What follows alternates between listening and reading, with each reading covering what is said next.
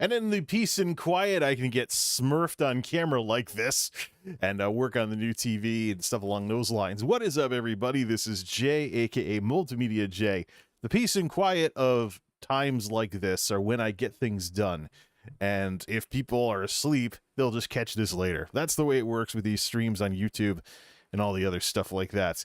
But I just got to stop writing silly-ass parodies before we get... What is this crap? I like big bots, and I cannot lie. You Thailand streamers can't deny. When the chat walks in with some biddies in your face and some gift subs round the place, you get psyched, because it's stuff you like. You'll be having mad fun tonight. One of the things we have to talk about.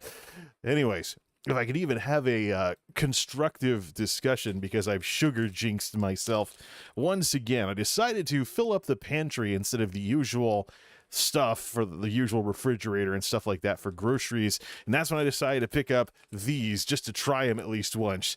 Pu Chow!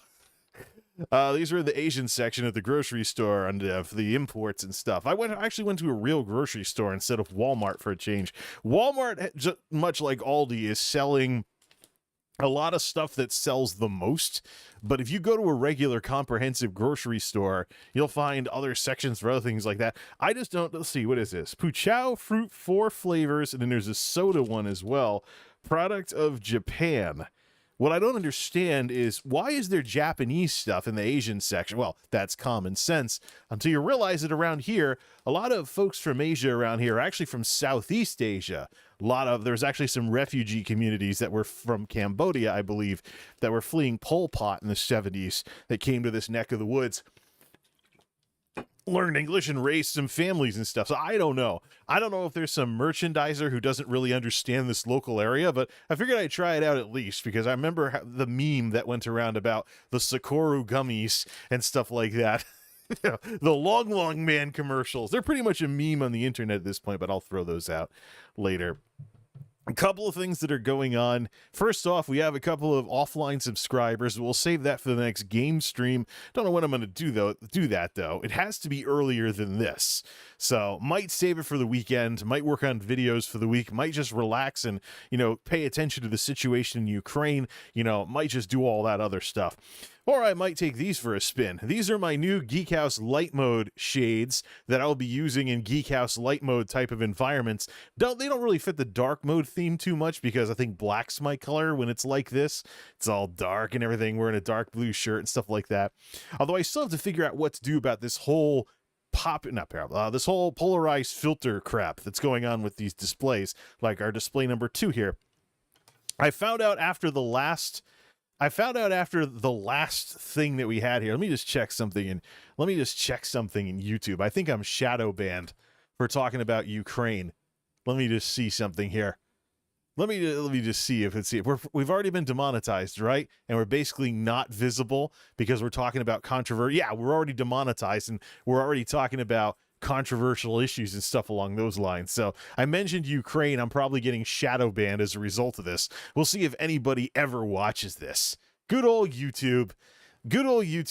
Then again, they have a massive disinformation campaign, or massive disinformation war on their hands as well, because Twitter is getting pretty torn up.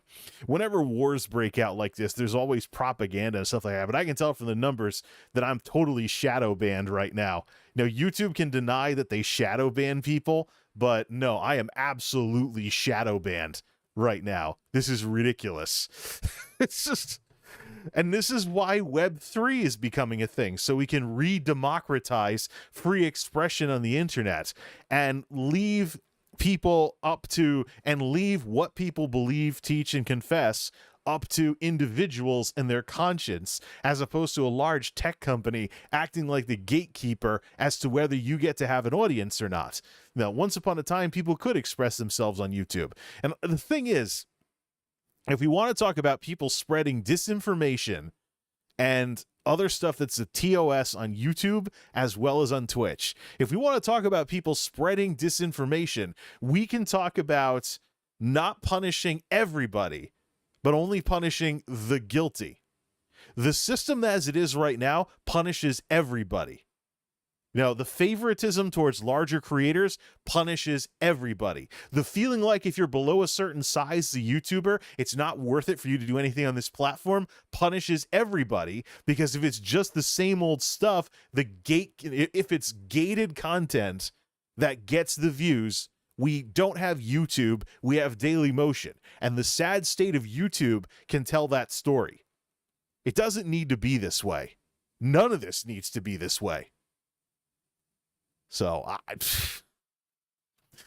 hey, there's a lot of crap going on in the world. What can I say? People are going to come on here, they're going to opine about it. Watch, this probably get like 5 views or something, because no, I think the live stream will be shadow banned, and I think the live stream is going to be shadow banned, and then after the fact, when the processing completes and it turns back to green, then we'll finally start seeing some views on this when it no longer matters.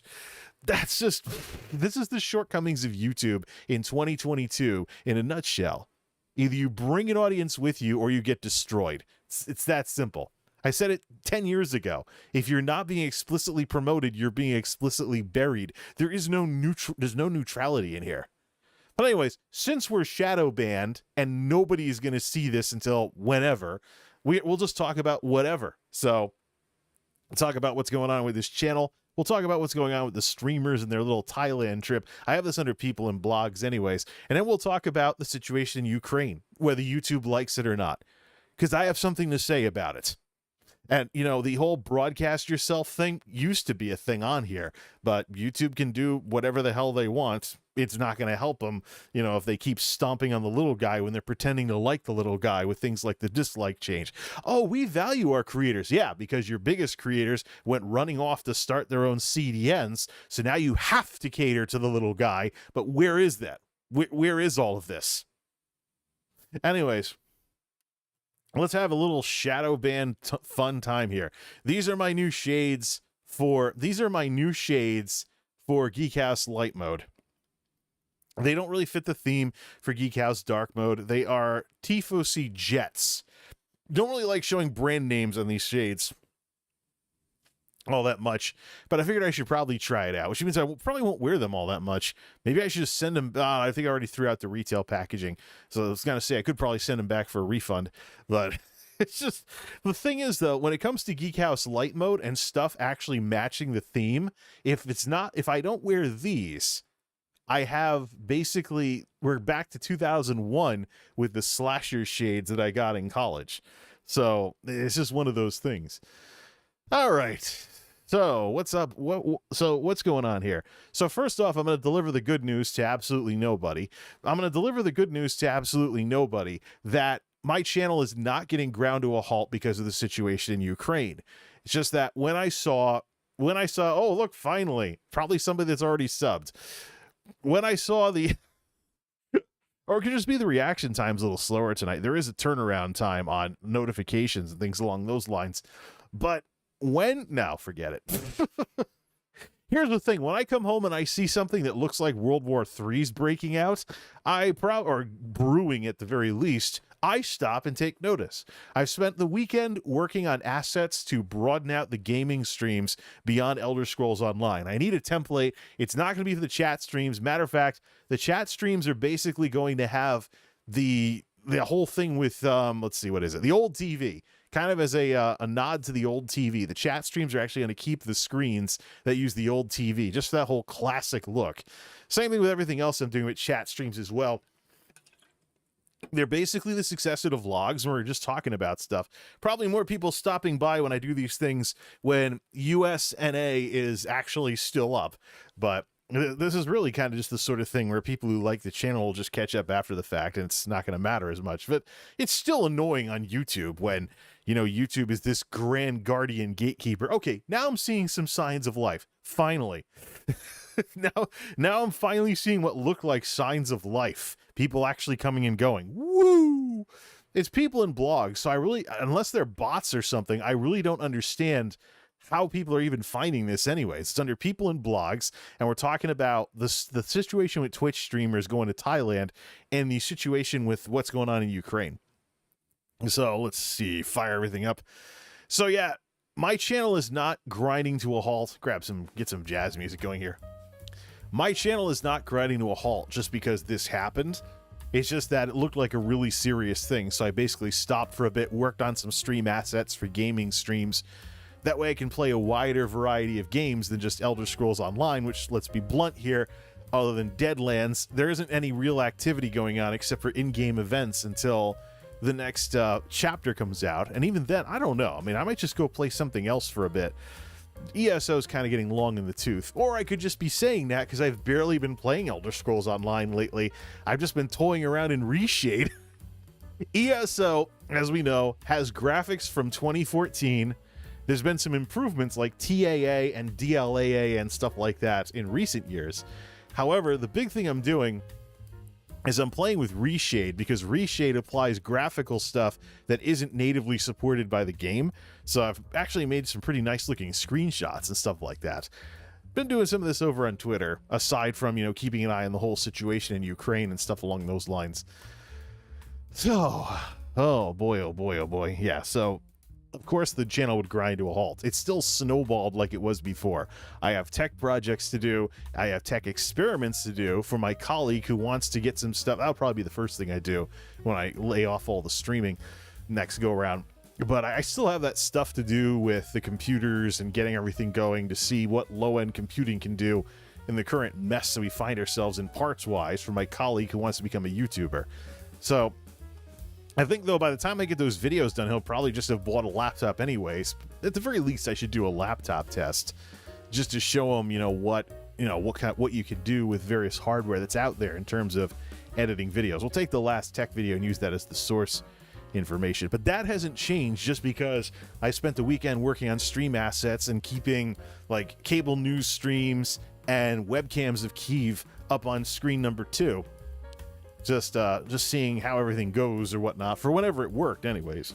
Now, I remember when the U.S. troops went into Iraq in the 2000s, and my college roommate at the time was sitting out there watching the embedded reporters on CNN. He was like, "What the hell? I'm watching a war on TV. That's just messed up, man." So, yeah, I don't like the current situation with what's going on over there. We're going to save that for the main discussion, though. All right. So that's the situation. That's the situation with the channel. Nothing has changed. It's just that some events happened. I actually have some games I wanted to play for game streams, which is one of the reasons why I'm pushing for game streams to have assets that'll work with multiple games, not just ESO. So, not just having like that old Arteum waterfall thing that I used for the early days of streaming on here and on Twitch as well. So I wanted all that stuff done. At the same time, I was too busy glued to stuff going on screen too. I wasn't even watching any streams all that much. Might have to catch some highlight videos on YouTube. But at this point, it's just there's enough stuff to watch and enough stuff to do. I could just walk away from the channel altogether, just shut everything down. Not like too many people would care anyways. But there is something very important when it comes to that.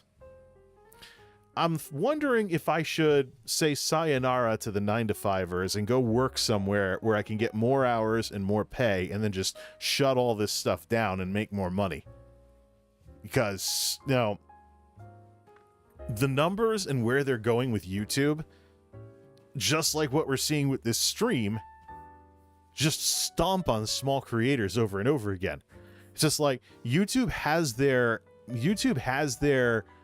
pretext. They have their official explanations for things. But I mean, even if I got a whole bunch of channel members buying memberships and stuff like that, it would take a lot of memberships to make up for just having a better job, working 40 hours a week or more, in the local scene where there are employers who can't find good people that are paying more and offering more hours, bonuses, and other cool stuff that these 9-to-5ers, quite frankly, can't afford to do anymore.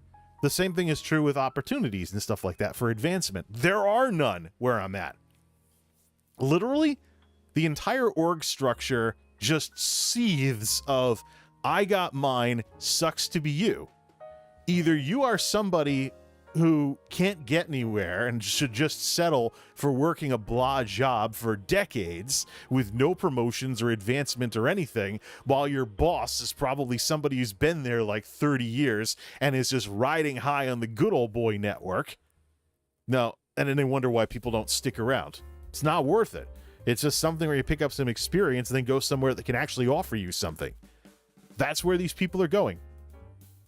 And it's one thing when I'm one of the most valuable people they have. That's cool. Nice to have some experience, if anyone will ever give me any credit for it. Instead, what I see is people trying to downplay and deadpan my skills and abilities and experience, so that's not all that interesting either. I don't know if it's all that much better than being somebody where nobody knows what I can do. Seriously.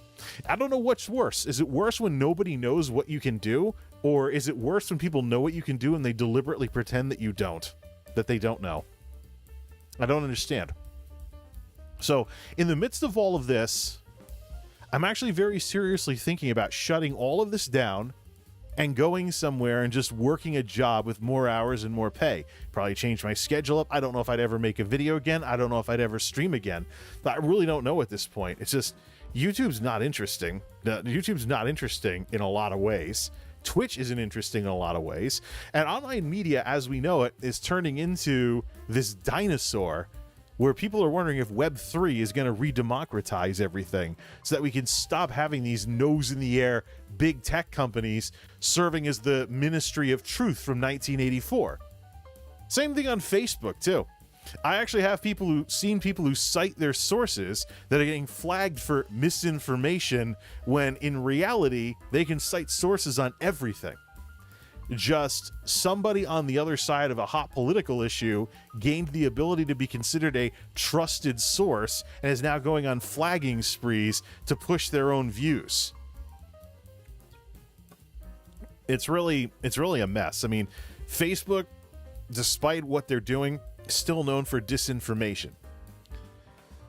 YouTube, despite what they're doing, still known for other nonsense. Twitch, despite what they're doing, still known for other nonsense as well. That's 2022 with this stuff. Why should I stress myself out over it? So if I am destroying my free time by doing this YouTube channel, what is the difference that isn't really cutting it for me? What is the difference between between what I'm doing right now and having a job where I don't get to have any free time other than a lot less money?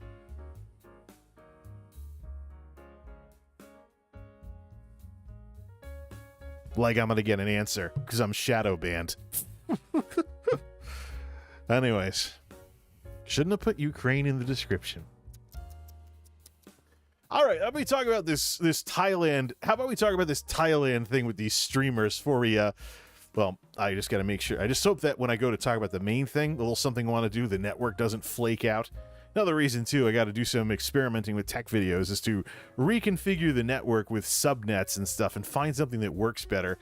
I actually learned the hard way with my router that I've got like 30-something smart devices that are all crowding into between all the computers and smart devices, like 30-something things on a consumer router. I don't know if consumer routers are really made to reliably handle that amount of devices constantly being connected and getting voice controlled and stuff like that.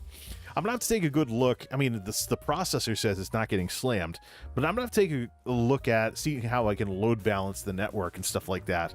Just I don't know at this point. All right. Let's see here. Let's talk about this Thailand trip. So I made an edgy blog entry. Let's bring it up. So I wrote an edgy AF blog entry talking about this Thailand. So yeah, I like big bots, and I cannot lie, the bot is the Thailand currency. Boo, dad joke. I'm still awaiting somebody on Twitch to actually know what it is that I'm talking about when I do that.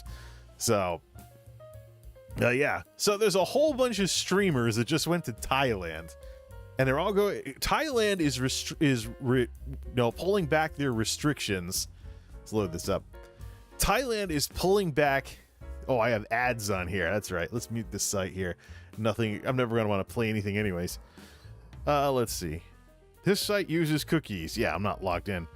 Maybe I wouldn't see ads on my own. Well, these are not monetizable ads. These are ads for supporting WordPress.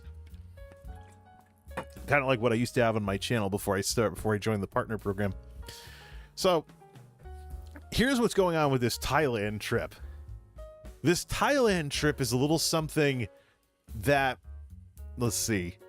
This Thailand, so Thailand, I don't get it. That's why I'm having a hard time speaking right now. That plus the sugar from these things. The Thailand trip is inherently problematic. What happened was Thailand basically backed off on some of their travel restrictions to try and get tourism going again. Now, they still have Omicron going on. There's other parts of Asia that have Omicron still going on, and there's parts of Europe that have Omicron going on. Not every part of the world is like my part of New England, where Omicron in Connecticut is very much in the rearview mirror, and we had an incredible vaccine rollout here in Connecticut that has absolutely affected our numbers for the better. Actually, I think that when we're talking the election and stuff like that, people need to toot Connecticut's horn a lot more about how well we did with COVID. We had a robust vaccine rollout, high amounts of vaccinated folks, but more importantly, unlike some of our New England neighbors, we have more even coverage. So the high vaccine adoption that we had here in Connecticut was more effective than it was even in other New England states. So it's really something that the Lamont administration should be proud of when he's running for re-election versus Bob Stefanowski during later in this year. It's really something that Connecticut needs to do more with, that we should be known nationally for how well we've done with the vaccine rollout and what it has done for us versus COVID. So right now in Connecticut, we actually have restrictions coming down. Mask mandate is no longer a thing in schools.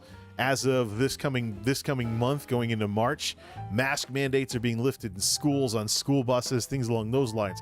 The feds might be getting ahead of a few things on a national level, but here in Connecticut, it is definitely something that people are looking forward to, because we've been fighting the good fight, and we've actually done better than many other states in the country. Even Rhode Island. I don't know what the deal is with Rhode Island, why they've done worse than Connecticut has. Massachusetts has done well as well. But Connecticut has won on vaccine coverage and all the good effects that has when you have more resistance spread out more around the state.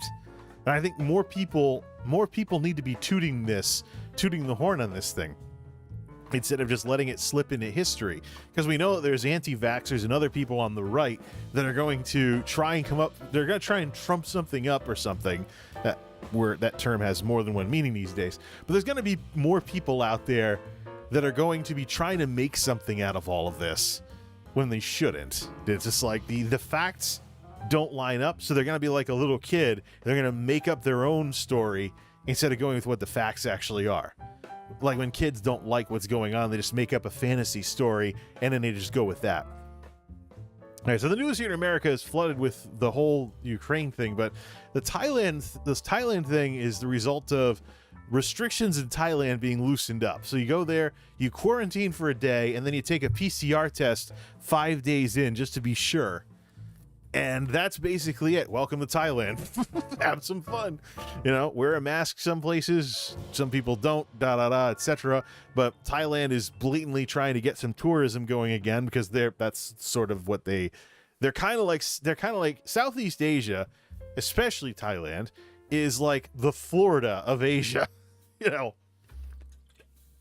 If you are in Korea or Japan or something like that, you would probably go on and you were rich enough, you'd probably go on vacation in Thailand or Vietnam or something like that. I don't know. I'm thinking maybe China and Vietnam are like that, but there's some cultural clashes between the two. So, but it's just this thing. It's kind of like someone from New England going to Florida with the change in the weather and stuff like that.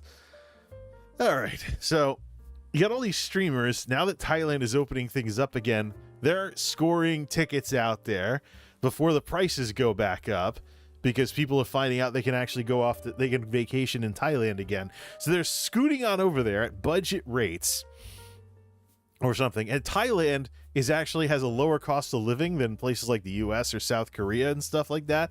So I've been really surprised. I mean, when you did the conversion rate on the cost of like bottled water in baht to US dollars, like, can you imagine like a $1 something bottle of water in a tourist area that's popular with tourists? Just crazy. I've been wondering about some of these streamers that are based out of Southeast Asia, how many of them are taking donos in US dollars and subs in US dollars and benefiting from the exchange rate, where the US dollar is way stronger than the local currency. So they live off the local currency, but they have a lot of it because they're getting all of their support from the West in US dollars. So it's actually something I'm really wondering about with how all this works with these people. I first got hint of this when I was poking around on YouTube, watched a few Nick Nimmin videos, and I found out that Nick Nimmin is actually based out of Thailand. And I'm like, why would you do videos about YouTubing from Thailand? And then I thought, probably a lower cost of living. You know, bring in revenue in US dollars by putting an international English-speaking focus on what it is that you do on YouTube, and then live somewhere where the cost of living is very low and make some serious money off of that. Especially, or content creators, it's a struggle to make enough money to make it better than jobs in a lot of areas. I can tell you, YouTube would have to be really, really good for me if I ever wanted YouTube to replace most of the jobs I can get around here that I can already do and make a decent amount of money and get decent hours on, you know, and pay the rent that way. But maybe in a part of the world where the local currency is a lot weaker and things aren't as developed or whatnot, or, you know, maybe there isn't like permanent residency among folks who have decent amounts of money. They just vacation there once in a while. Now, maybe, you know, it's something along those lines out there. But it's interesting because I'm kind of surprised, like the short itinerary of like Ginny and Yugi and stuff like that. I mean, I remember when Ginny went to like Denmark or something for like 4 weeks or something along those lines. You know, stayed in well, a lot of the long time she spent in other countries was due to things like COVID and lockdowns and stuff. Like S-Fan Ginny season 1, for example, was a great example of that. And how many streamers do Twitch viewers really need in Thailand? So, I mean, I like, you know, seeing the sights of Thailand through these streams. They go to like temples and stuff along those lines, or the floating markets or something along those lines. The thing is, though, you got so many streamers jumping on this bandwagon. I hope that they don't think that this is going to do anything good for their numbers, because it's probably not. Look at my silly gnome here. It's just, well, I know Ginny's going to do terribly today because she's getting her second PCR test. So it's going to be garbage for numbers. She listed as live. Oh, she's still going. Yeah. Whew, this isn't good. Yeah, this isn't good. Well, this by default was not a good thing. It's just a nice way to see something else. It's just a nice way to see something besides the usual. Yeah, Thailand's not working out for her at all. A couple of things in play. A little bit of a difference in the time zones versus her usual audience. I know North America East, I have a bit of an issue with people in that part of the world because they get going usually around the time that I'll be going to sleep as a night shifter. And if you have somebody who works day shift that has the day off, that watches your stream in the morning, they can only watch on your off days and are going to be watching. Do you really think that somebody's going to watch you like party in a nightclub in some other part of the world at like 8 in the morning when they're waiting for the coffee to kick in? So there's just that whole issue with time zone differences and stuff along those lines and things like that. And then there's the whole issue of all these streamers that are going to Thailand. How many of them do you really need to see if they're going to tourist trap landmarks and stuff like that? Like, oh, let's go to this. Let's make an itinerary. Let's go to all these tourist attractions. Oh, you mean like everybody else who goes to Thailand, including every other streamer who's ever been to Thailand or every other YouTuber? If somebody wants to learn about like certain landmarks in Thailand, there's probably YouTube videos galore that'll show that off. You know, and YouTubers make things more evergreen, make things more to the point. It's an edge over streamers. That's why I invoked the classic thing. That's why I invoked the classic issue. Let me see here. This is why I'm going to start ad blocking this darn. Oh, that's my blog too. Let me just reload here. It's geolocating. This piece of junk is geolocating me, even though I'm not signed in on an account. What a mess. Glad I'm not showing this on screen. It's as bad as Walmart. DuckDuckGo. We'll protect your privacy online. I'm starting to think I have to VPN through somewhere or something like that with these darn things. All this, by the way, completely disregard. Oh, yeah, that's right. There's also the whole point of there are already Thai streamers like Just Kef. You want to see Thailand tune in to people who actually live there as opposed to tourists. So probably get some insights from locals that you will not get from people going on vacation. Sorry. I mean, if you live somewhere that has any kind of tourism, you can vouch for this. If you live somewhere that already has some kind of tourism, you can vouch for this because the tourists are only seeing about this much of where you are. It's just like they stay in the tourist traps and folks make money off of the tourists, stuff they don't know. So same thing too for, things like restaurants and like truck stops and other stuff where everything's more expensive, taking advantage of people who stay near the highway and don't want to meander around on GPS in the middle of like a city or a town or something, people who don't know the area. So it's just there's this lack of authenticity that I don't see from any of these streamer tourists. Now, if I want to see Thailand, I'm probably going to watch someone who actually lives there, like Kath or somebody. Yeah, right. I talk about the rest of the stuff in the blog entry, but what's interesting is that, I'm pessimistic about all of this, but I can still be entertained by these streams. I can still be entertained by these streams. It's just that I know what the part 2 of the story is. And what I find interesting about all of this is that these streamers, I hope they don't complain about their numbers, even though I know the number is going to be garbage for a lot of them. I hope they don't complain about their numbers because, quite frankly, there's a lot of nasty things going on in the world right now. If people want to keep an eye on what's going on in the world and not be watching streamers right now, I don't think we should blame them. People worried about World War III breaking out if Russia gets too uppity up and gets some friends and there's some kind of alliance to counter the West. There's people concerned about that kind of stuff. I think there's bigger things to worry about than what somebody got for cheap at some market in Bangkok or something. Why does everything always have updates when I open it? What is this crap? All I want to do is check the levels on Logitech G.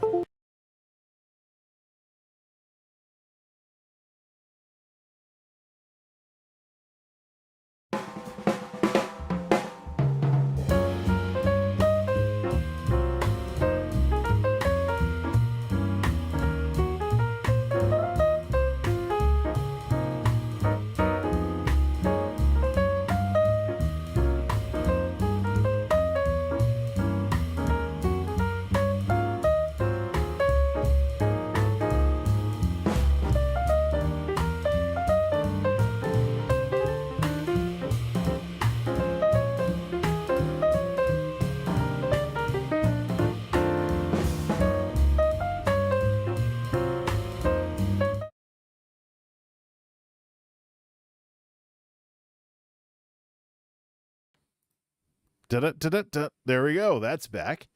All I wanted to do was open Logitech G, and it's like, hey, let's download a bunch of updates. Then it kills my audio.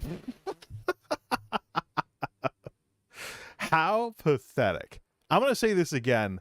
Just like, there's an NVIDIA tab in here. What's that? It's got NVIDIA Broadcast now. Oh, yeah. So that's why it updated.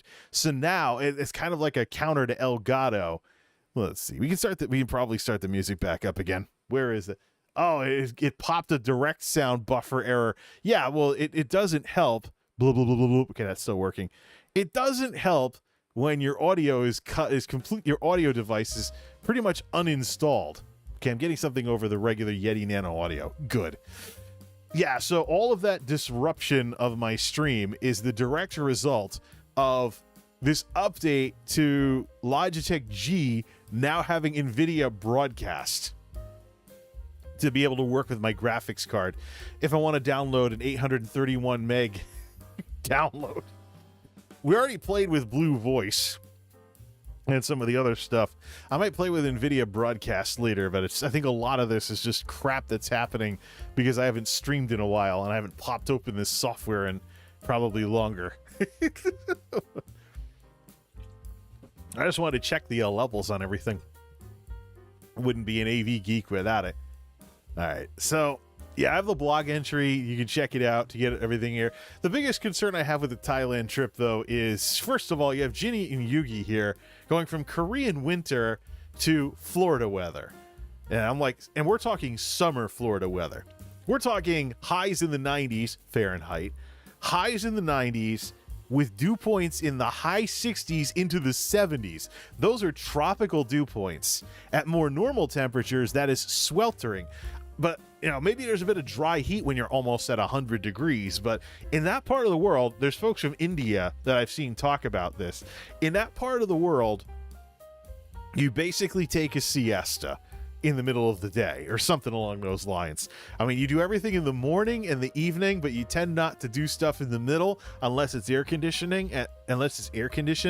because you're fighting against heat stress when you're talking like 100 degrees and tropical humidity all hitting you at once. Oh, and you just came, in the case of the Korean folks, you just came from winter in Korea, where Seoul gets colder than my part of New England. You know, it's like, and cities usually warmer than out in the country, so there's other parts, there's probably folks out in the country, out in Korea, where it's colder than what happens in Seoul. There's definitely parts of Korea that get more snow than my part of New England. So you're going basically from winter into hot Florida summer, 100 degree, flirting with 100 degrees and high humidity. And then you get stuff like Ginny with her Discord update, where she's like, sorry, chat, sorry. She's over here like, sorry, let me bring that up on screen here. Come on, Discord. Wow, I have to reload Discord and everything. So she's over here like under schedules, schedules. Let's see here. And running a delayed schedule, I passed out again. I couldn't wake up because my body felt like it had been hit by a truck, very heavy and sleepy. It's probably too late to go out right now and tomorrow morning. Sorry for the unexpected canceled night stream again. Yeah. Look, you just went from winter to Florida summer with those temps. Of course you're going to be fighting heat stress. And then what? Going outside. Oh, we riding a tuk-tuk. It's windy. Yeah, well, Streezy and Neen actually got a real car with air conditioning to ride in. They went to the hotel and chilled there. I mean, I can tell you, if I was in Thailand right now, I wouldn't be doing much of anything because it would be a complete shock to the system. It would be an absolute shock to the system for me to go from winter in Connecticut, where people, look, winter this year has been getting toggled on and off, essentially. Winter this year has been getting toggled on and off. Essentially, we go from like 40, 50 degrees during the thaws down into like 20 degrees during the day and single digits at night. That just keeps getting turned on and off. So if I went from this to Thailand, I don't know if I'd even make it out of the hotel most days. I absolutely would not want to be sweltering in the middle of winter, and then if I got used to it and I came back to Connecticut, be freezing for the rest of winter when I got back. No. It's just this Thailand thing. It's like, no, just because Thailand opened up their restrictions and the prices to fly out there are lower. Just because, that's from earlier in the month, I'm looking at our other updates here. Just because the prices, they caught some prices before they went back up, now that the restrictions have been lifted and the demand for flights is going to go back up. You know, just because they jumped on this opportunity to travel to Thailand on the cheap doesn't necessarily mean that's going to be the best of ideas, especially for Yugi. She's tagging along with her friend here.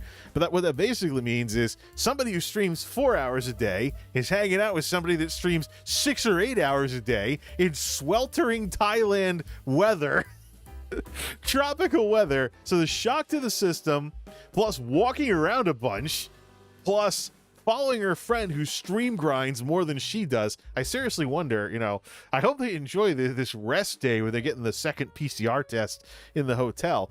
It'd be hard to get me out of the air conditioning if I was there. You know, I'm not a Floridian. I don't want to live in Florida, especially with how Florida's handled COVID. You know, I'm not a Floridian. I mean, I like warmer weather, but I like warmer weather with less humidity.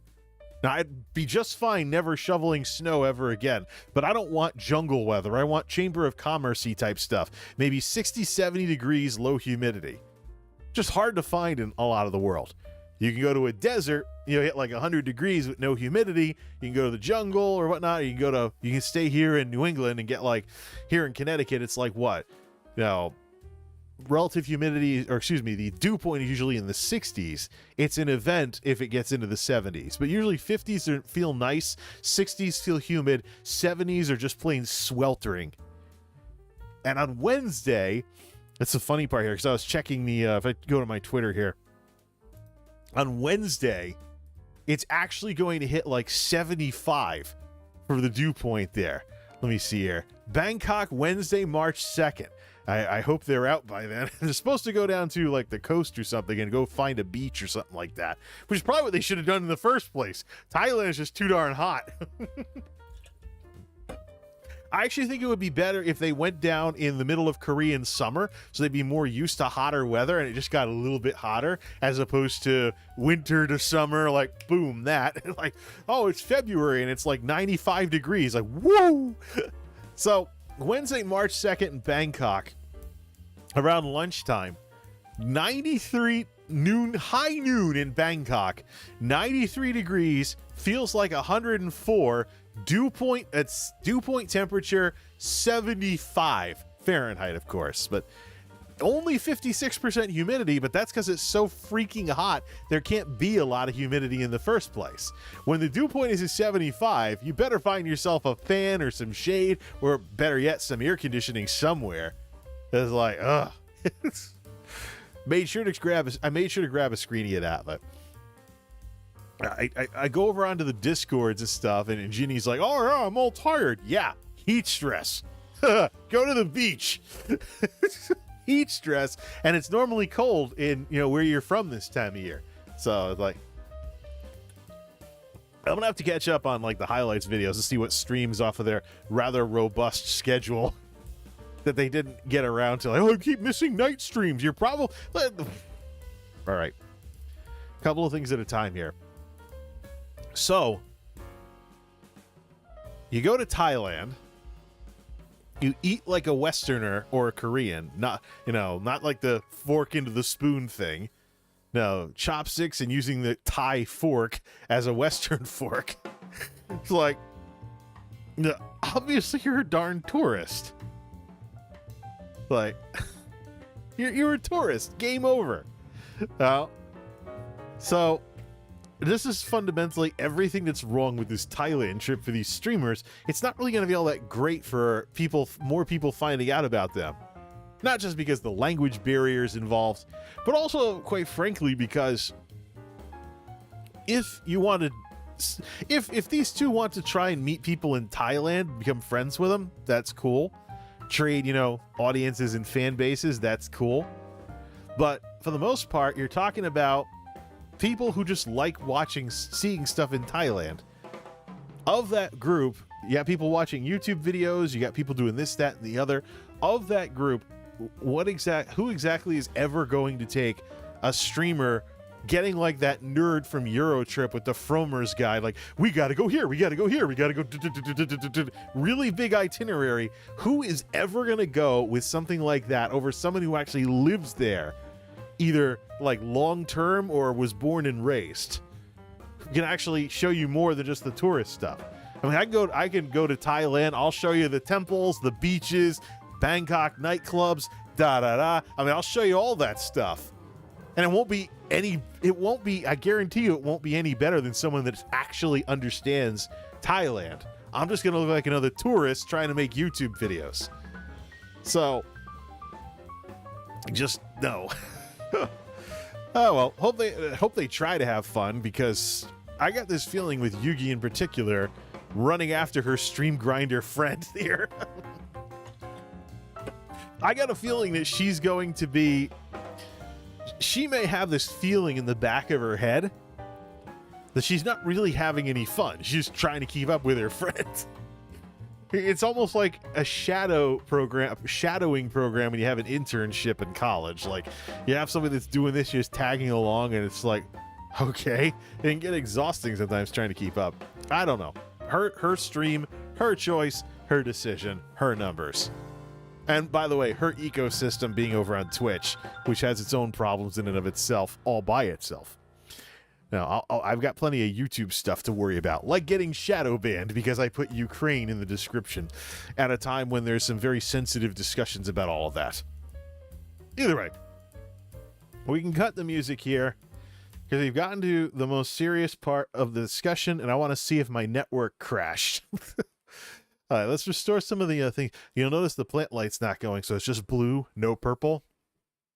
That's because got a little something I got to do by muting the mic. If I can push it hard enough so that it turns red. Switch to Geek House Solidarity mode. It worked. Geek House Solidarity mode activated. Nice. It shut up.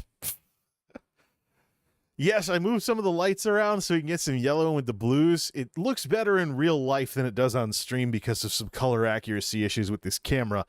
But yeah, let's talk about this whole situation, especially when it looks like it almost sunk my channel.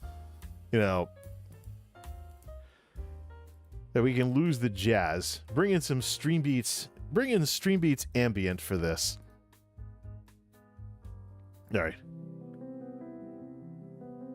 So let's talk about this situation over in Ukraine and everything else that this affects.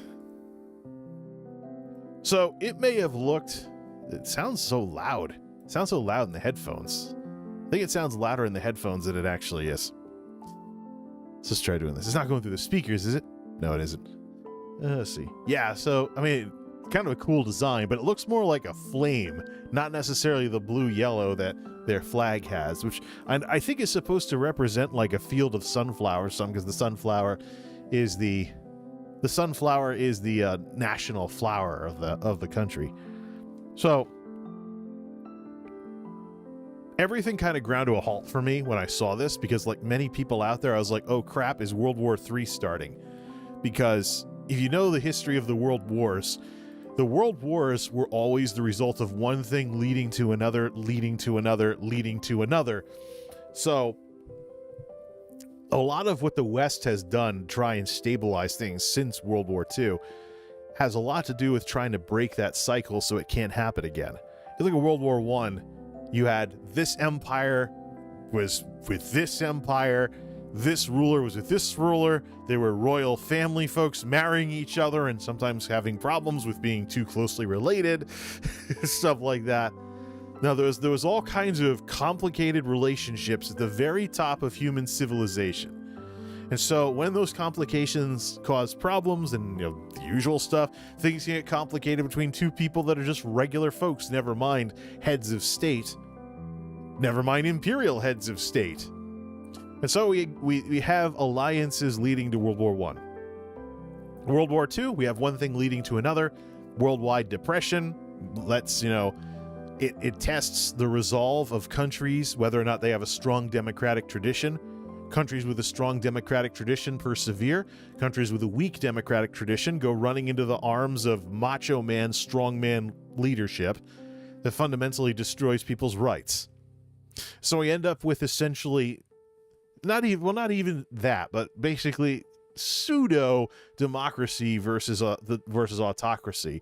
Except for, of course, the Soviet Union wound up joining the Allies, but a little bit of enemy of my enemy is my friend with that sort of thing. But the idea that was in play with League of Nations and then the United Nations was a rather simple idea that should sound pretty common sense, and that is the idea of people should be able to control their own destiny. A country should be allowed to call its own shots and not be messed with by foreign interlopers.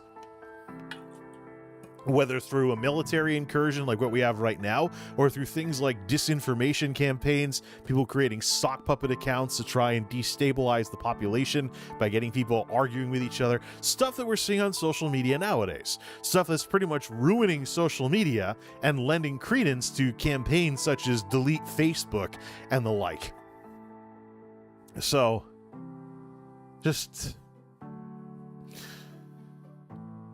yeah, knowing that it's one thing leads to another, leads to another, leads to another. World War II, for example, began in Europe after, Germany annexed a lot of places. which was tied in, of course, with this strongman, macho man leadership at the time. You know, and this whole idea of people not being level-headed and just manipulating people emotionally to get them all wound up to the point where they shut their brains off. We have some of that nowadays. We have some of that stuff nowadays. So, and that's where I think the world is kind of, split off right now. The idea of the difference between democracy and the rule of law and might makes right. You know, life is a popularity contest, essentially. Whoever's the biggest and strongest wins. Kind of like the Sith Empire from Star Wars: The Old Republic. That really is. I mean, I play a light side Sith in SWTOR. That makes for some interesting dialogue and stuff like that. But the fundamental idea of Republic versus Empire in Star Wars is a democracy in space versus whoever's the strongest is the Emperor. You know, and just bump everyone else underneath you. Get a little empty. So, I mean, I understand the idea of, you know, a zero-sum game. It's part of what I went to college, what I dealt with when I went to college. I went to college with a bunch of aspiring corporate hotshots who wanted to bump everyone else underneath them. They believed, I don't get better unless you get worse.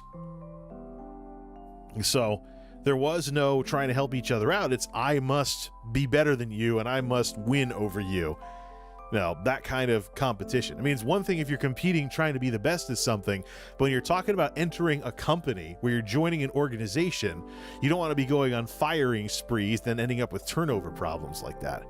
But it was something that when I came home and I saw, for example, that Russia was rolling troops into Ukraine, that was like, is this going to be the start of, because the world's kind of split like that right now. You have democracy and the rule of law versus macho man, strongman leaders who want to toy with your emotions. This, by the way, is how things split during the COVID pandemic as well. You have the people who want to support science and technology, folks like myself, and we're actually willing to get the part 2 of the story, do the digging on the numbers, know where they're coming from, basic data analysis, and see that the vaccines have done what they're supposed to do. You know, and the thing is, you're like, oh, well, what about getting down to only 75% efficacy versus Omicron from the original, like 90-something%? I'm like, that's one shot that has lasted that many variants as the virus tried to strike back against us. It's like, and now we're at the end of something where the symptoms were milder. There's no new variant on the horizon yet. We can have some fun. The problem I'm going to have, and I think we're going to have, is that the people that have hated literally everything we've done in the pandemic to try and counter this virus are not going to want to toggle things back on when another variant shows up. I think that's the next major headline we're going to be seeing in the news. So the world kind of has turned into level-headedness versus people that want to tug on your heartstrings to the point where you shut your brain off. That extends also to national politics. Strongman leadership versus democracy. You know, oh, I'm macho, I should be in charge all the time, versus the ability to actually vote leaders out of office. So, when I saw that this was going on, of course I was going to stop. I wanted to see what was going to happen. I know what happened with World War I. I know what happened with World War II. I wanted to see what was going to happen with this Russia thing. So, like probably many other people, I even stopped watching streamers, stopped working on my channel, everything ground to a halt, worked on some assets on screen 1 while feeds and other stuff are going on screen 2. I mean, I looked at all this stuff as all this was going down, because I was wondering if it would snowball in anything else. And it's snowballed, but fortunately on the economic side of things. So, and I think a lot of that has to do with, you know, US and EU understand that the world has changed since World War II. So it's not just about affecting things by rolling tanks across half of Europe to get to the bad guy. It's about bankrupting the regime, so to speak, because you got, you know, armies don't march on an empty stomach. And quite frankly, if you ever played Civilization and you try to be like aggressive and warmongering in there, when you get past a certain point in the game, you'll see exactly what's happening now happen to you. So it's interesting. If you try and, invade a country too late in the game says the UN doesn't approve of you. You're getting sanctioned. Your trade is crashing. Da da da da da. All your sources of money to fund your war machine are drying up. Yeah, it's kind of interesting. I've been watching the whole thing with Vladimir Putin for about 20 years now. I remember when he was the hot shot, first getting involved with Russia back when I was in college. I just never imagined that we'd have some kind of boomer moment like this. And he is technically old enough to be a baby boomer. I realize the whole baby boomer thing applies largely to Americans and Americans with a certain amount of money that were able to have the Charlie Brown childhoods and stuff like that. But this more general idea of you get to a certain age where you're longing for the past so much that you will stomp on a bunch of young people to get that. It's like, yeah. It also reminded me that I'm old as well, ish. Older millennial turning 40 next month. So that means that I was a little kid in the 80s, the end of the late 80s, mid to late 80s, with NES being contemporary to me as a young gamer. I started out with an Atari, because that's what, when your family didn't have any money, you started with an old Atari and stuff. Eventually, I got my folks to get me a Nintendo. But I knew about Nintendo long before I actually got one. I think I got my first Nintendo in 1989. Ooh. But I knew about Nintendo before then, because Nintendo wasn't sparing any expense trying to get video games to come back in the United States. But I remember the tail end of the Cold War. Now, there's younger millennials that just are too young to know anything about a world where you're like 6 years old, and your dad is telling you that the Russians are bad and you can't trust the Russians, da-da-da. There's some bad guy out in the world and which was what the Soviet Union was to, America. And then you go to college and you learn about the screwball foreign policy we had, that the U.S., in the name of he's a basket case, but he's our basket case, actually supported repressive regimes that were just anti-communist. And you look at the results of what the U.S. supported, and you're like, did we really accomplish anything? The communists would have been oppressive, but was our guy any better? So you have those kinds of things to think about when you're studying formally in college. And when my generation was, and the interesting thing is, too, just you want to talk about how much Mr. Putin has thrown the clock back for people like myself. You want to talk about that kind of stuff. Well, literally my entire lifetime, essentially, a generation's worth of time, about 30 years or so since the end of the Cold War, we've been moving away from this world where, we're wondering if there could ever be peace between two rival superpowers like this. It's the commies versus the capitalists, the whole nine yards. Some of it was still going on in the 80s. I realized it was more of a thing in my dad's generation, which is why he introduced me to this kind of stuff. And it wasn't just my dad either. I'm giving him too much credit, because he did try to actually raise me and let me be a kid. But I can tell you that there were definitely other folks in the baby boomer generation who dealt with air raid drills and stuff. Nikita Khrushchev smacking his shoe on the desk saying, "We will bury you." The more aggressive post-war Soviet machine, so to speak. Then the baby boomers deal with this. They deal with air raid drills in their schools growing up. They deal with the Cuban Missile Crisis. They deal with Vietnam. They deal with the stuff that happened after Vietnam. I don't think it's any real wonder that they would get old enough to have kids and then teach their kids, like, oh yeah, the Russians are bad. So, now granted, versus the 80s, it's a completely different world. I don't need to be told that an entire group of people is bad, because I know it's not going to be true. I know it's going to have exceptions. And this whole situation with what's going on with Ukraine has its exceptions. There are very brave people, regular Joes in Russia, that are protesting the war, even though they'll probably get arrested for it, because there's a nice little bureaucratic loophole set up where protests need to be approved by the government before you can have them, as opposed to the First Amendment, where you peaceably assemble to get grievances addressed, to petition the government for a redress of grievances. So, Crazy, you know?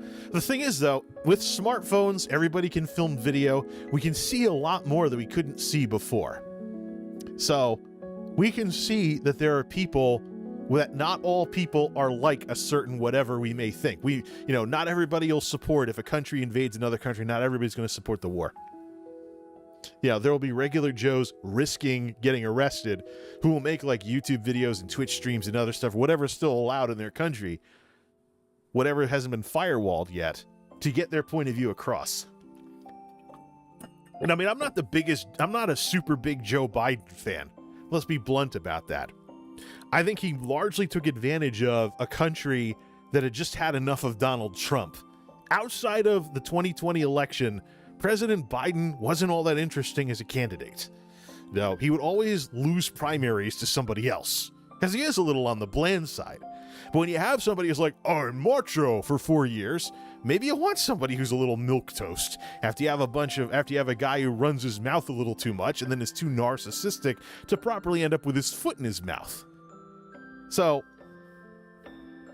I'm not the biggest Joe Biden fan in the world, but one of the things that I agree with him on is this idea of finding common humanity with your fellow human beings. You want to be a respectable individual, and you want to respect others too. Because what makes human civilization what it is individuals working together to build up something that's better than what they could do on their own. I mean, I may have one set of skills, you might have another set of skills. We do okay by ourselves, we combine skills together, we make something bigger and better. We combine our backgrounds, our ideas, the melting pot reinforces things. Get rid of the impurities, make things stronger. I know it sounds like, anti-Brexit, like stronger together, but there is some merit to that sort of thing. That's how teams operate. Look at, if you don't believe me, look at a sports team. Look at a sports team where everybody's trying to be a superstar. Everybody's trying to be the next big thing. My high school had that with the boys basketball, or the men's basketball team, I should say.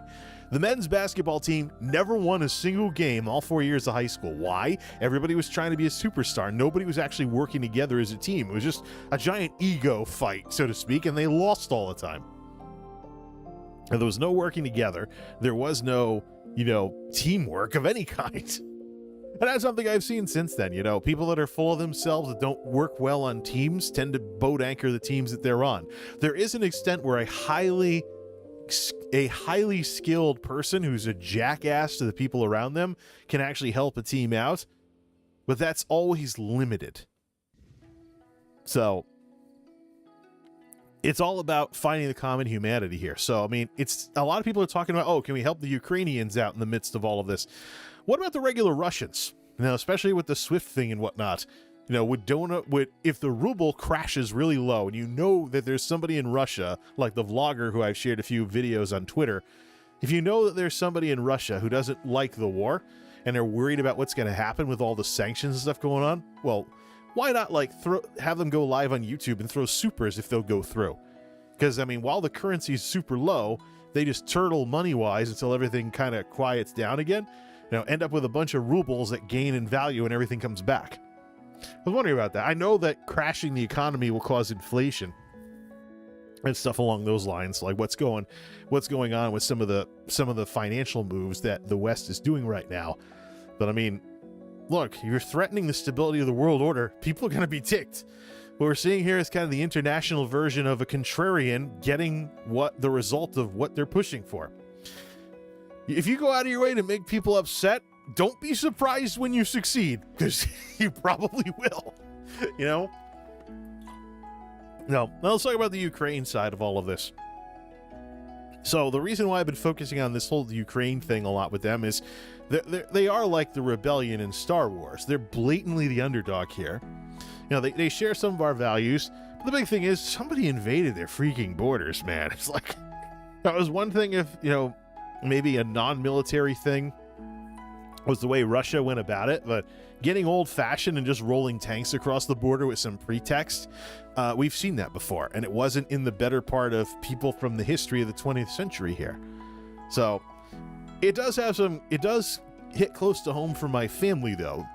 My family has a really good friend of the family from the baby boomer generation who's Polish, He got married after being an infamous bachelor for most of his adult life.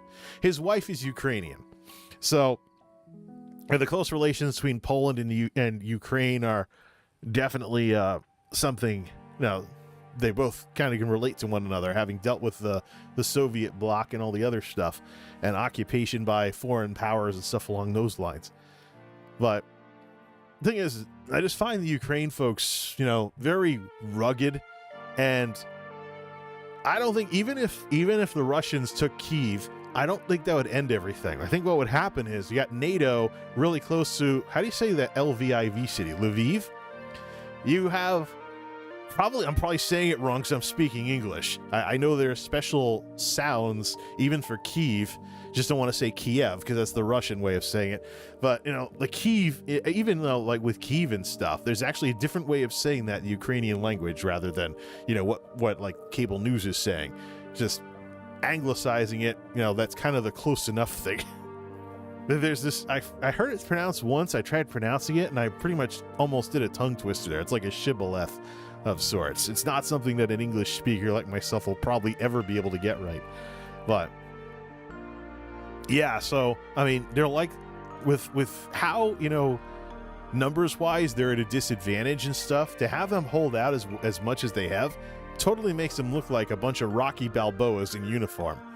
It's admirable, really. And there's a lot of American values in play here. The idea of taking up arms if the country gets invaded, the Second Amendment, things along those lines, standing up for what you believe in, macho man rolls tanks into whatever, and, folks have to rise to the occasion to protect their country and their way of life. That's all stuff that really resonates with me.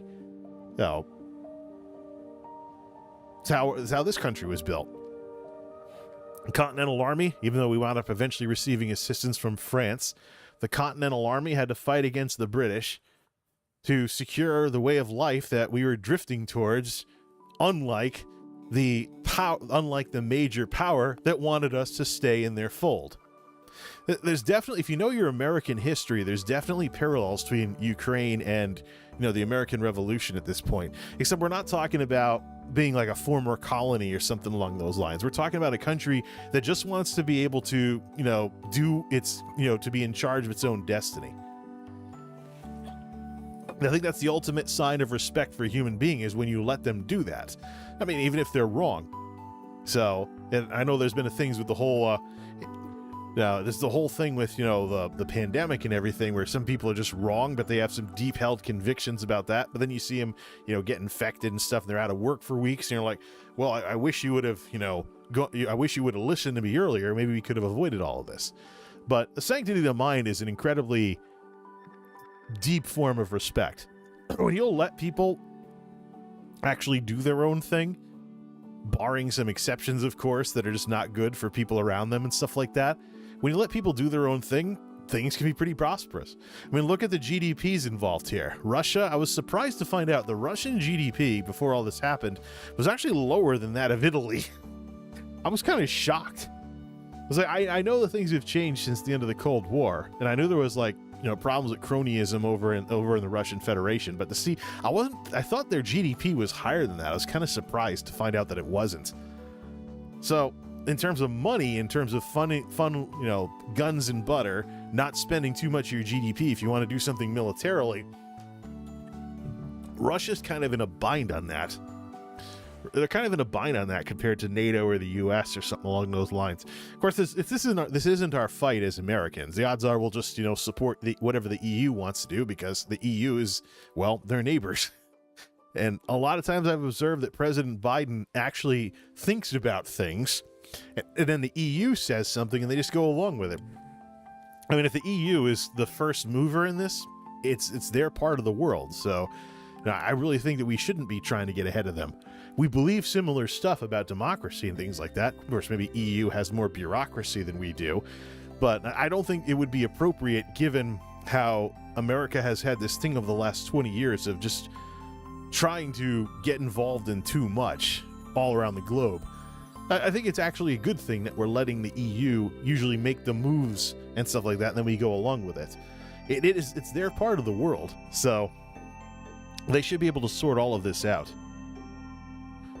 But yes, there are some very close ties in the family to what's going on in Ukraine right now. And it's definitely taken some adjustment for me to really play catch up with all of this, because I first learned about the country when learning about the Soviet Union and the Cold War and stuff like that. It's going to be very hard for me to get out of some bad old habits, like, because Russia was so influential in the Soviet era. A lot of towns, even official pronunciations in a lot of areas, are still what they were during, even that was 30 years ago. You still have a hard time not calling something like Kyiv, for example, not calling it Kiev or something, or Kharkiv as opposed to Kharkov or something along those lines. I mean, you fire Battlefield 1942 and the map in that takes place in that city is called Kharkov. But hey, it's those little details that determine, what side of something you respect. Same thing too, I mean, when you're talking imperialism, you might be talking about place names changing to favor the occupier. I often think of this when I think of Bombay versus Mumbai in India. So, just like, then there's some other situations where some names of local places were anglicized too much, or they were francophoned too much in areas that were formerly occupied by the French. Just something like that.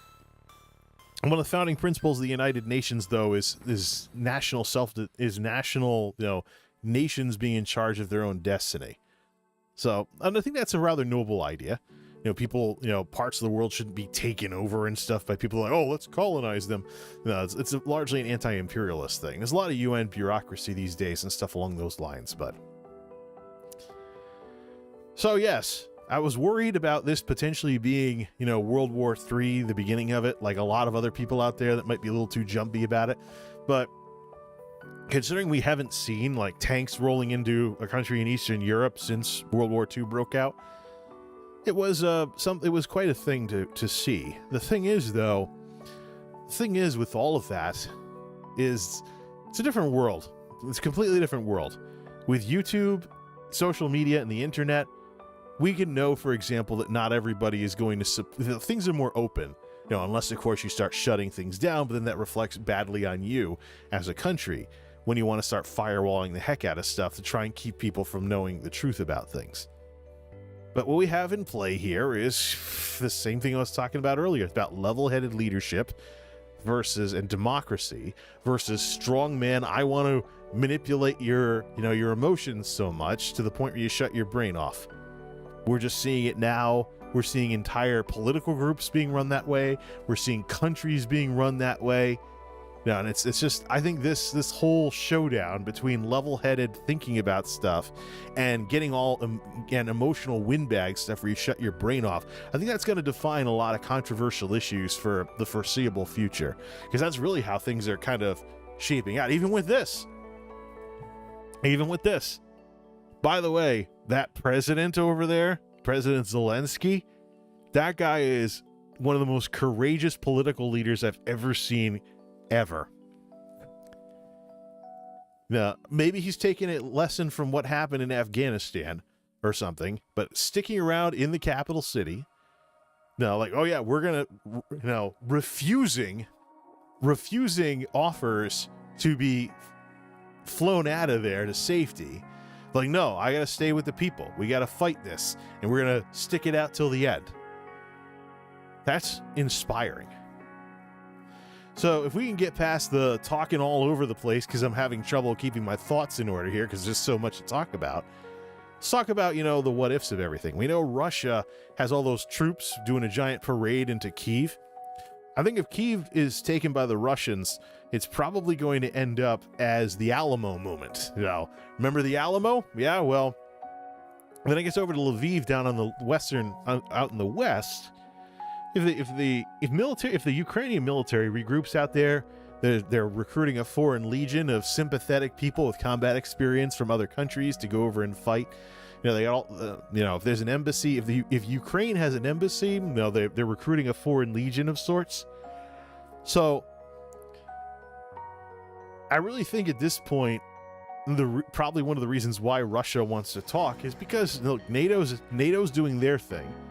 the economic side, I mean, economic warfare is the thing. That's why, I supported Canada cracking down on the trucker protest, not because it was a First Amendment protest, but because it was a First Amendment protest that should be allowed to keep going, by the way, tied to blocking off all the highways, potentially affecting the economy in Ottawa. If the trucks weren't blocking highways, First Amendment, let them have their free speech. But if you start damaging the local economy and people's ability to earn a living, and people's ability to function as human beings, that's where, you got to take a look at what's going on there. So if the trucks weren't there, it probably would have been a completely different story. But blocking, bridges, slowing down trade, affecting interstate commerce, which is a thing in this country, all this other, here in the US anyways, now all that other stuff, that was where it went too far. A protest does not have to sabotage local areas in order to properly, as the First Amendment says, petition the government for a redress of grievances. But I mean, there's all like constitutional law scholars and other folks who talk about this kind of stuff. They could probably go into more detail than I can. But anyways, so the thing is too, with everything going on with where the troops are going in there, I think a lot of the force from people sympathetic that come into the country to help fight the war is going to come from the West. So the clock is ticking on that. There's munitions and other stuff. Obviously, it's made the news that other countries are sending aid, including military aid to not like troops or anything, but like equipment and stuff like that.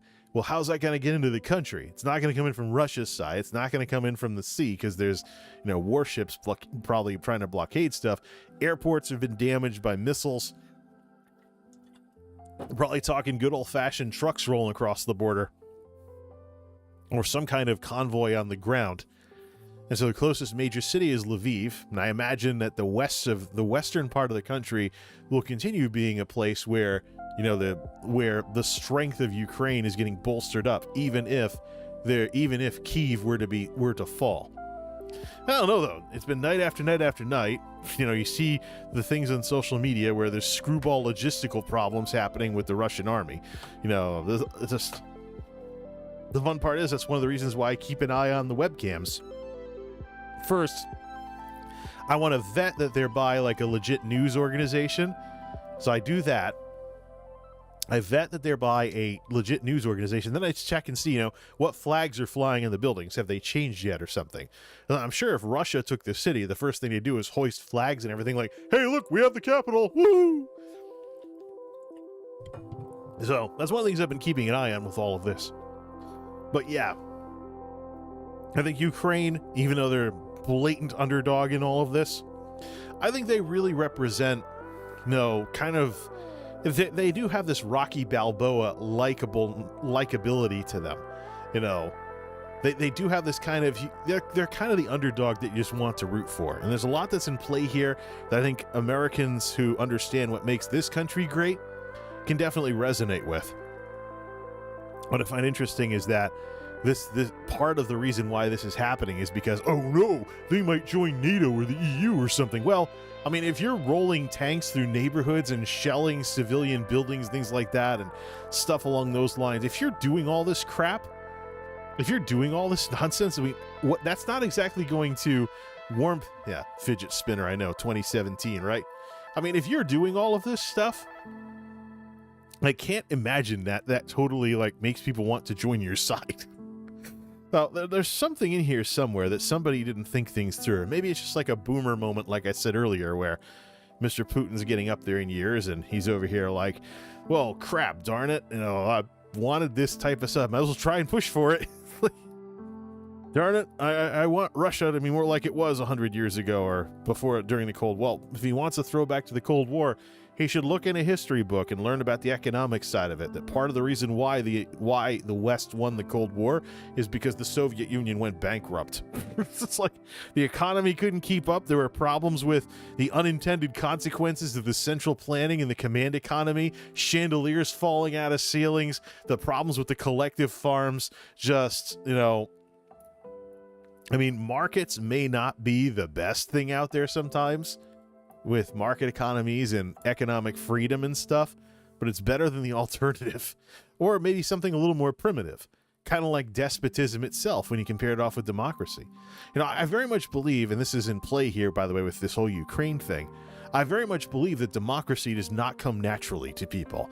It is something that had to be invented and it had to be developed. It's something that had to be invented and it had to be developed. And it's something that has to be maintained through discipline and sometimes by force. So I realize that, you know, the West is kind of loath to get involved. I realize the West is kind of loath to get involved with this kind of stuff, but that may be what it comes to. You know, I'm sure it'll be a last resort to, you know, start getting involved in the fight ourselves. But there are some people in this world who only understand, you know, who only understand being strong-armed. And it's often the people that just want to go around strong-arming everybody else.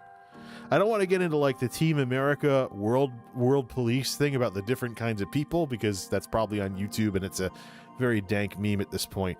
But I can tell you, we've seen even locally with the pandemic and everything around here, we've seen that there are people in this world that just won't listen to reason. They won't listen to logic. They won't listen to anything. They'll only listen to their own ego. The only thing they'll understand because of that is if their ego is bruised. So, enough of that fidget spinner. But yeah.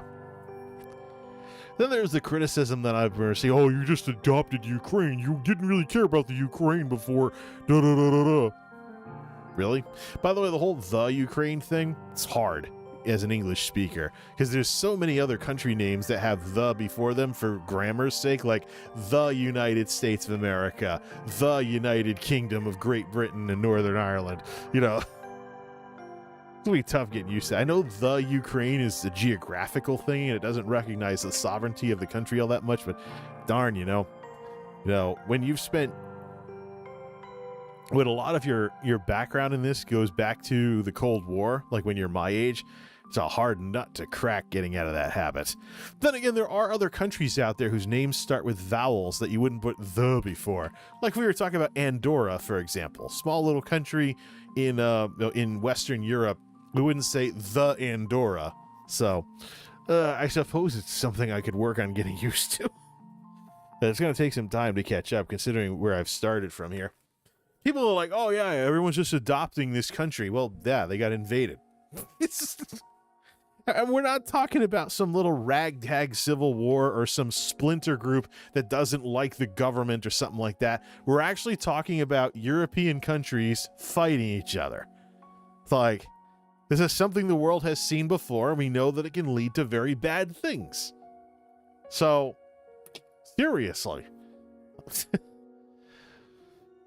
That's something we've seen before, and quite frankly, the idea that, you know, folks in Ukraine should be allowed to do their own thing as a country, you just got to remember, you know, if we don't stand up for this now, when will we stand up for a democracy that gets attacked? It's part of it too. I mean, they are moving in a more democratic direction, a more NATO direction, a more EU direction, a more Western direction than we might as well just call it the Russian bloc right now, since Mr. Putin is so nostalgic for the Cold War. He's kind of rebuilding something like a Soviet bloc, except it's the Russian Federation this time. Just a sphere of influence. But I don't know. I don't follow this stuff full time. I just give a darn when I see people's lives getting disrupted because some uppity-up ruler of a much larger country with a more powerful military is like, I don't like you. We attack at dawn.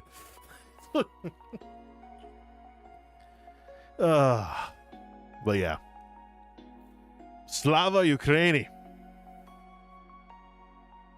Because quite frankly, being involved in a country that got its start standing up to a way more powerful military power and getting the sympathies of others to the point where others helped us win.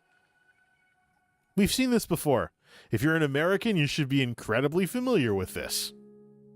Otherwise, what kind of American are you? Learn about your own darn country. Yeah. But let me see if there's been any new headlines. Something, you know, that I've been doing Something that I've been doing for the last couple of days since this happened. It's one of the reasons why everything stopped here. Live updates. Oh, they're preparing. Oh, that's right. They have some talks coming up. I don't know if they're going to get anywhere, though. People are talking energy independence. See, people are talking about what China is going to do. This is all stuff. Oh, okay. 1 hour ago from CNBC. Let me see. Let me just mute this. Mute this so it doesn't play like a loud ad or something. Subscribe to our premium service. What is it here? When was this written? Oh, this is a live blog. Monday the 28th. That's today. 3:23 a.m. Eastern. Oh, so Kyiv is still... All right. So Kyiv, so Kyiv is still under Ukrainian control. I mean, that is just guts right there. That president, his people, I mean, I think there's a lot of people in America that could be very, very inspired by what these folks are doing. And I'm not talking about the K Kona, I want to bring my AR-15 to Walmart and drive my truck. No, I mean, I think somewhere in the whole left versus right arguments, we forget, there's some of us out there, if this country got attacked by a foreign invader, we would want to do something about it. We'll save our little arguments about, how much gun control should we have? How high should the taxes be? Save that, for when we get those people that attacked America out of here. But it's a different world, though, than it was It was a different world than it was, though. I don't really think this will become World War III. I don't think anybody wants World War III. Peacetime, there's nothing that softens saber rattlers quite like good old-fashioned money. As we're probably going to see in Russia, as these asset freezes and other stuff start to hit home for, well, maybe not some of the oligarchs and stuff, but maybe for, certain things being imported to fund the war machine and stuff like that. No, there's got to be something. Otherwise, I assure you the EU will not stop until something has worked. And then the U.S. will just go along with it. I don't really think it's about, oh, well, we can't do anything. Well, no, you got to make the tough decisions to intervene in some way. But it's a different world than it was in my grandfather's time when he enlisted in the U.S. Army to fight in World War II. It's a different world than it was. We have social media. We have ways of seeing, individuals and seeing our common humanity, even with folks we disagree with, even with countries we disagree with. We have all these things we didn't have. Even 20 years ago with GWAT, Global War on Terror, after 9/11, what fueled Afghanistan and Iraq and the U.S. involvement in both. The intelligence that went around where so many intelligence folks were talking about that there was weapons of mass destruction in Iraq. Didn't turn out to be the case, except for a couple of sarin shells where he couldn't figure out his shell casings, where he couldn't figure out whether it was prior to the war in Iraq or, something from a long time ago. Other than a few little scraps here and there, there's some right-wing war hawks who are like, see, we had a reason to invade. It's just the world's a lot more. I mean, we can find ways to see regular Joes, even in countries that we don't really like all that much because of what their governments are doing. We can find ways to identify with the common folk through free speech and the internet and YouTube and cell phones and smartphones and cameras and everybody being able to pop a video. That wasn't even a thing with GWAT. We had to have CNN embed reporters in Bradleys and Abrams tanks when the troops rolled into Iraq. But as the world has become easier to film and stuff, we don't need to be taking other people's word for things as much as we used to. And in the case of the pandemic, look at the data on things, which I've done. But we don't really need to be taking other people's word for things the way we used to. We can see for ourselves in so many ways. So that's why I don't think World War III would be a thing. No, it would have to be the prerequisites are not really in play. No, it's like Russia with their GDP. No. China, maybe if they got involved, but why would China want to give up the money that they're bringing in by trading with the West? It's like, why would they want to give that up? It's what's fueled their rise as, a powerful country is just trading all over the place. India's trying to do the same thing. So you see a lot of tiptoey stuff from China and India about what side to take in all of this, because they don't want to be losing money in all of this. The other thing too, with these new superpowers, as people are starting to call them, I think it's a little presumptuous with that. One of the things that keeps America on top is the efficiency of our industries and the technology that we have. For China to do what we do would cost more. And at the same time, they have so many more people. So that's more expenses for whatever government programs they want to have and some other things like that. So, China's better than they were 20 years ago. They keep getting better at what they do. But the truth of the matter is, you got to compare the countries to themselves. If you're honest enough, though, and you compare the countries versus other countries, then you have to take into account little details like that. So I don't think China would want a war. There's too much money on the table. Same with India. Even Vietnam, who we trade a lot with nowadays. Matter of fact, if we had a dispute with China, we'd probably side with Vietnam because China and Vietnam are regional rivals in various ways. This is interesting, My uncle served in Vietnam, by the way. He fought with the Americans in Vietnam. Now we trade with them all over the place. They've liberalized the economy, and there's people that want to live there, even though it's one party rule and other stuff like that. I was like, I want to live somewhere kind of tropicalish. Well, there's always Thailand too, as well. Back to the Thailand thing. So, yeah, I got all this stuff going on, but it's a different world. The world does change, and that's something I think Mr. Putin seems to have forgotten.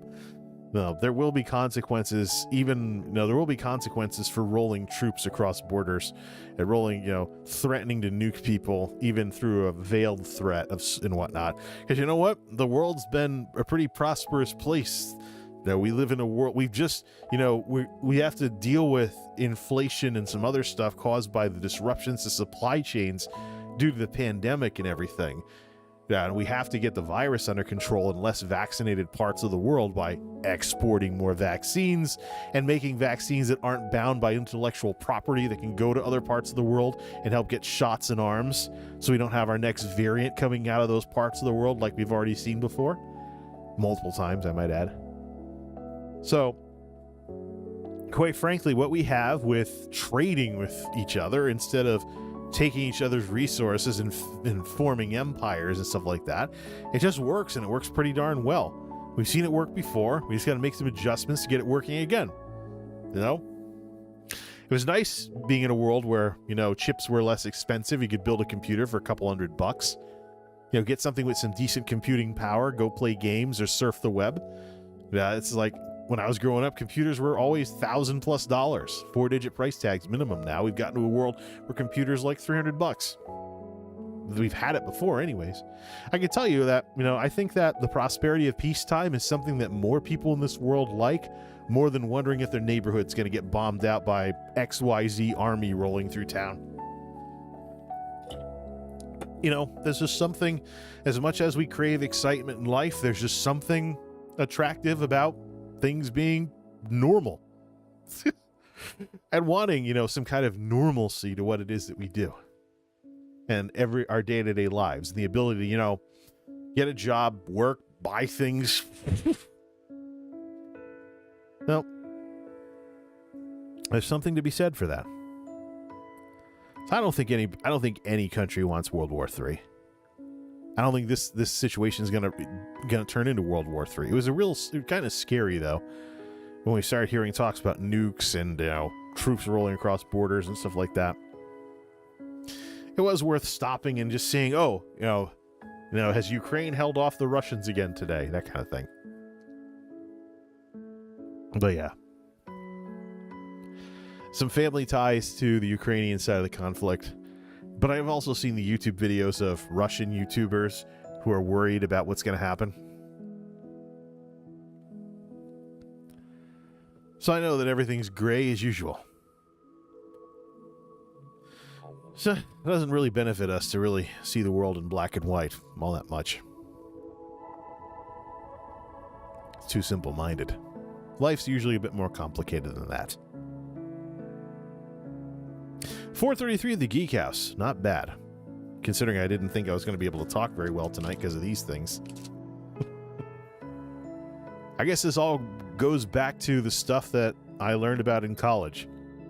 The whole globalization thing and multinationals and why they are what they are and why they're as powerful as they are.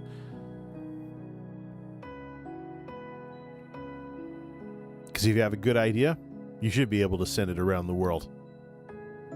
You should be able to introduce it to new markets and new people.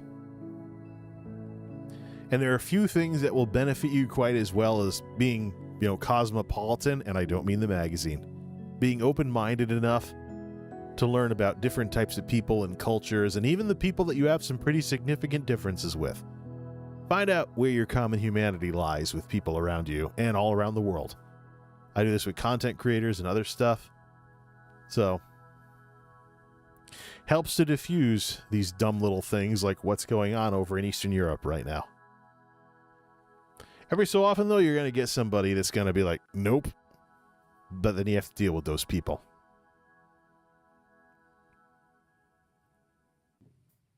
Here's to hoping this war ends sometime soon. And that president in Ukraine becomes a national hero. He's well on his way to being Ukraine's George Washington at the rate he's going.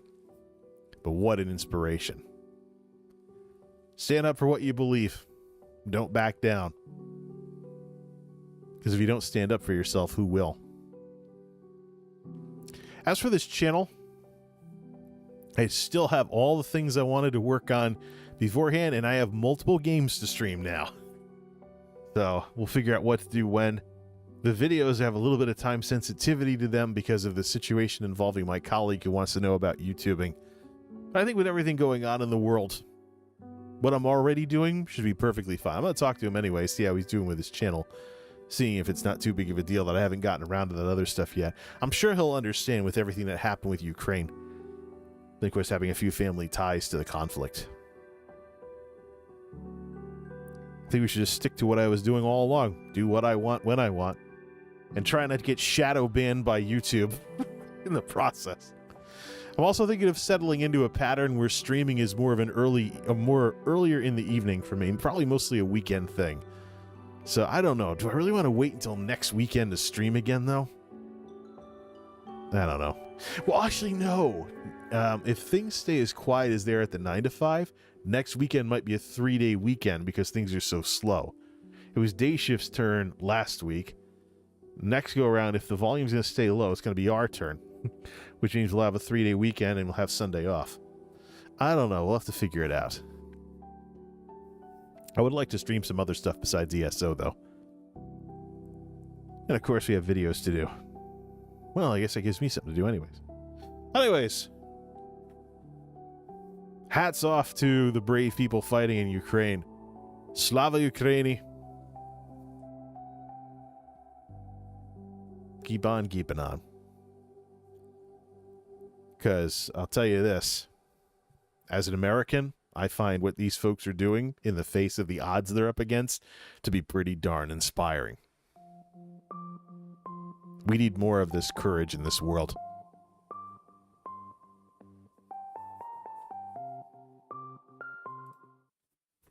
Best of luck to the folks in Ukraine. And even if the Russians do take Kyiv, I don't think the conflict's over. Even if they did do that, I don't think the conflict would be over. NATO and the EU. They're not going to take this lying down. Because, in my case as an older millennial, literally my entire life since the end of the Cold War, it's been like a generation worth of trying to move the world beyond the old animosity that I remember when I was a little kid. And now here we are. I'm sure that there's people over in Russia that would be like, why can't we move beyond this too? So I think the world can do better than this. Well, let's just hope someday it does. Till next time, this is MultimediaJay signing off. Thanks for stopping by, and Slava Ukraini.